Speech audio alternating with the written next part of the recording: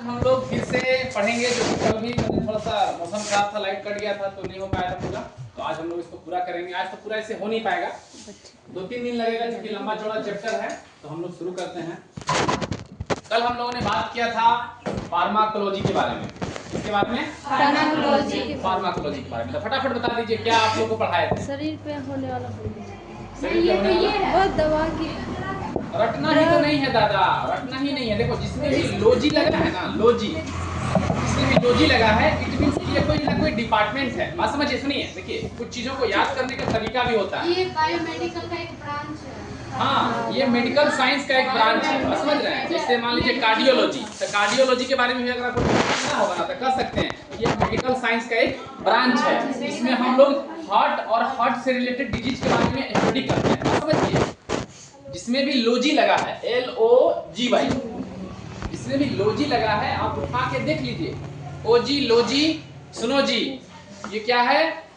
एक प्रकार का डिपार्टमेंट है, ब्रांच है, जिसके बारे में पढ़ते हैं। तो कुछ चीजों को ट्रिक है याद करना।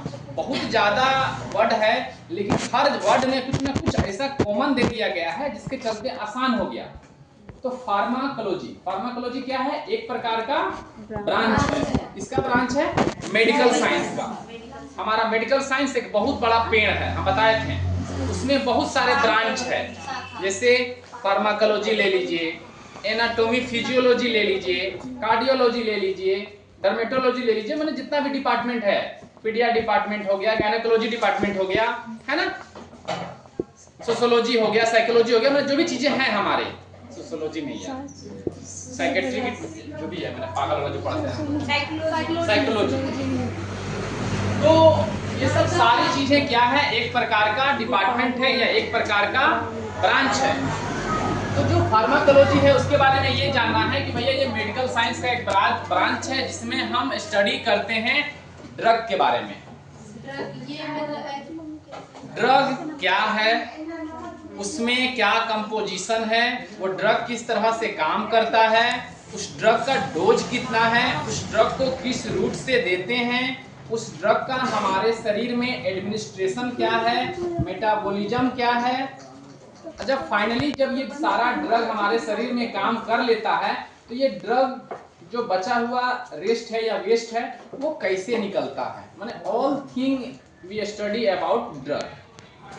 ड्रग का बनावट से लेके हमारे मुंह में जाने तक, उसके डाइजेशन तक, उसका काम करना। अब काम में क्या है? जो उसका अच्छा काम, जैसे पैरासीटामोल, उसका काम है भैया फीवर कम करना, दर्द कम करना, कर देगा, लेकिन उसका कुछ ना कुछ साइड इफेक्ट भी है, वो भी हम इसी में पढ़ते हैं।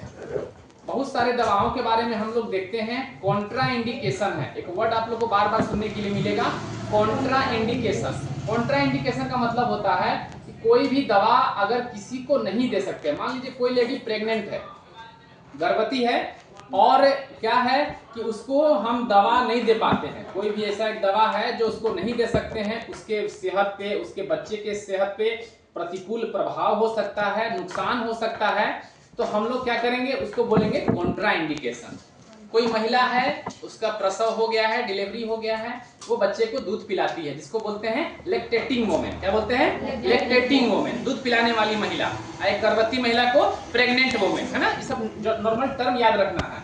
तो जो महिला है अभी तुरंत उसका प्रसव हुआ है, छोटा बच्चा है, दूध पिलाती है, तो उसको बोलेंगे लैक्टेटिंग वोमेन। अब कुछ मेडिसिन ऐसा है कि उसको अगर हम दे देंगे तो बच्चा उसका दूध पीता है ना, उससे उसको प्रॉब्लम हो सकती है, या फिर उसका दूध सूख सकता है, दूध का आना बंद हो सकता है। बात समझ रहे हैं ना? कुछ दवाओं का साइड इफेक्ट होता है, तो ये कॉन्ट्रा इंडिकेशन है भैया, किसी भी हाल में उसको नहीं देंगे। बात समझ रहे हैं?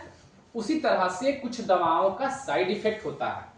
कुछ दवाएं ऐसे हैं जिनको देंगे ना तो उसका कुछ गलत प्रभाव हो सकता है।